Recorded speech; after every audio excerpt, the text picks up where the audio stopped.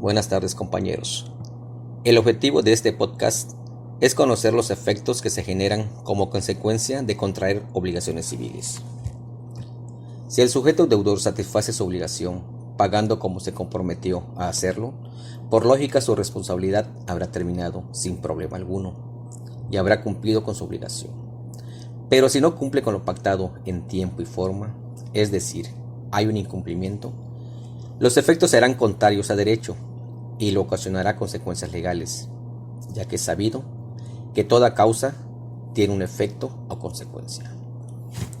Para analizar más a fondo los efectos jurídicos de las obligaciones civiles, debemos conocer los siguientes subtemas.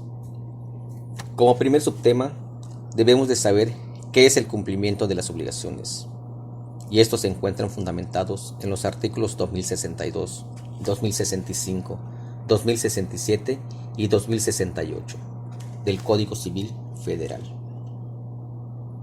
Con lo que respecta al artículo 2062, menciona que el pago o cumplimiento es la entrega de la cosa o cantidad debida o la prestación del servicio que se hubiera comprometido. Es decir, la principal forma de cumplir con una obligación es pagándola. Ahora bien, los siguientes artículos que te mencionaré establecen las diversas formas de cumplir con el pago de una obligación, aun cuando el deudor no esté de acuerdo.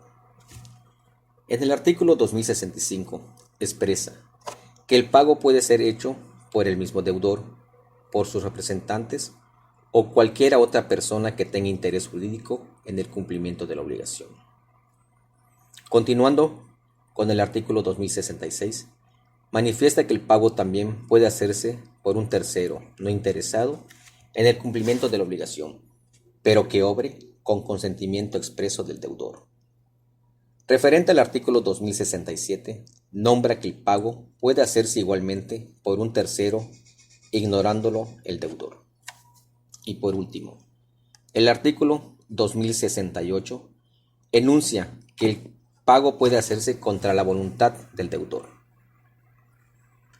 Pasando al segundo subtema, conoceremos qué es el ofrecimiento de pago y consignación, y estos se encuentran en los artículos 2097, 2098 y 2102 del Código Civil Federal, mencionando qué es el depósito judicial de dinero u objetos en manos de una tercera persona, encargada de hacerlos llegar al acreedor. Esto es, el deudor no es quien paga directamente, sino que se acude a las autoridades judiciales para que sean éstas quienes hagan el pago y se cumpla con la obligación. Con respecto de la consignación y el ofrecimiento de pago, en la ley civil hace referencia en los siguientes artículos. En el artículo 2097 dice, el ofrecimiento seguido de la consignación hace veces de pago, si reúne todos los requisitos que para este exige la ley. Esto es, se ofrece el pago al juez y éste debe dar aviso de la consignación dirigido al acreedor. Por otro lado, en el artículo 2098 cita, si el acreedor se rehúsa sin justa causa a recibir la prestación debida o a dar el documento justificativo de pago, o si fuere persona incierta o incapaz de recibir, podrá el deudor librarse de la obligación haciendo consignación de la cosa. Así pues, el artículo 2102 menciona que aprobada la consignación por el juez, la obligación queda extinguida con todos sus efectos. Resumiendo, de acuerdo con la ley, quien efectúa el pago por medio de la consignación, cuando ésta ha sido aprobada por un juez o tribunal competente, la obligación concluye y en otras palabras se presume hecho el pago, aunque sea a persona distinta del acreedor. Siguiendo con nuestra secuencia, tenemos el subtema número 3, denominado incumplimiento de las obligaciones, los cuales se encuentran en los artículos 2104 y 2080 del Código Civil Federal. El incumplimiento de las obligaciones se refiere a la circunstancia de que el deudor no ha satisfecho al acreedor en la pretensión obligatoria, en otras palabras, no ha pagado.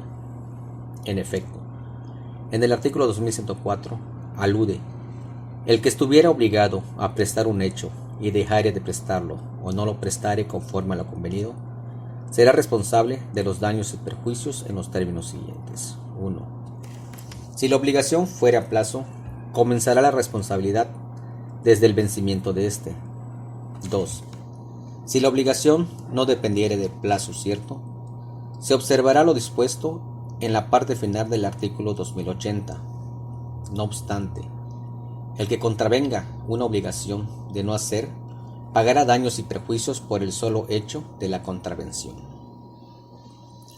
En lo que se refiere al artículo 2080, nombra: si no se ha fijado el tiempo en que deba hacerse el pago y se trata de obligaciones de dar, no podrá el acreedor exigirlo sino después de los 30 días siguientes a la interpelación que se haga, ya sea judicialmente, extrajudicial, ante notario o ante 2 testigos.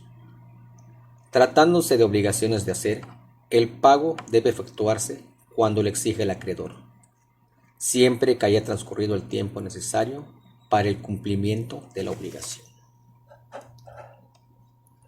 Todo este incumplimiento de obligaciones nos lleva a nuestro cuarto subtema, que son las consecuencias, que se menciona en el artículo 2104 del Código Civil Federal, que ante la posibilidad de incumplimiento de una obligación se pueden generar daños y perjuicios, y si esto ocurriere, la misma ley nos dice cuáles serían las consecuencias para el deudor en los siguientes supuestos jurídicos.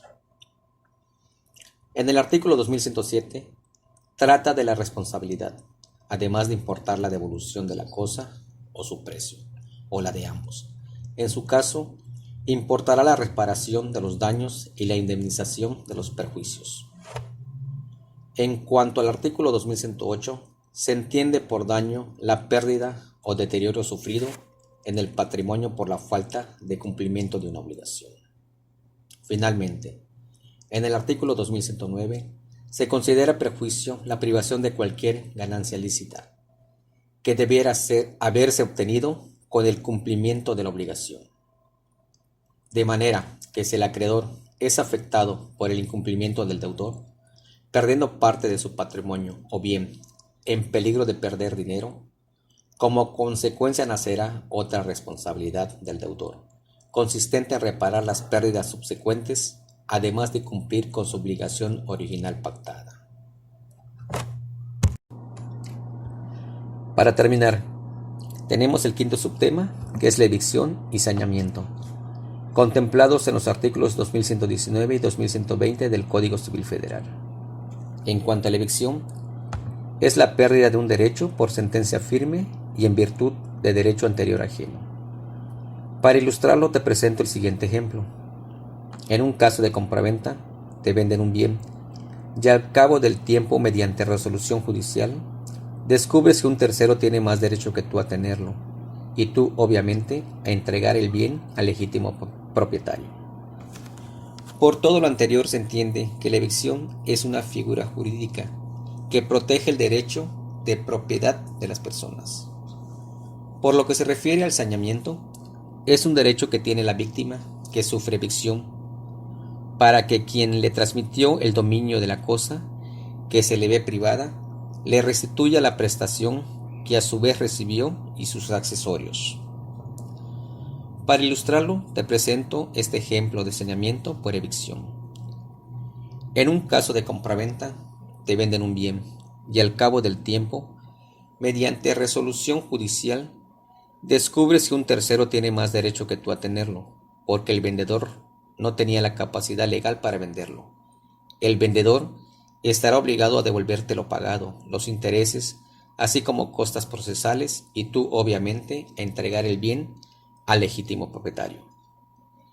El saneamiento, entonces, también es una figura protectora, al igual que la evicción, pero ampara al adquiriente que tuvo que devolver el bien por causa de evicción. De esta manera concluyo con mi podcast, esperando que la información que les proporcioné en relación a los efectos jurídicos de las obligaciones civiles les sea de utilidad. Gracias.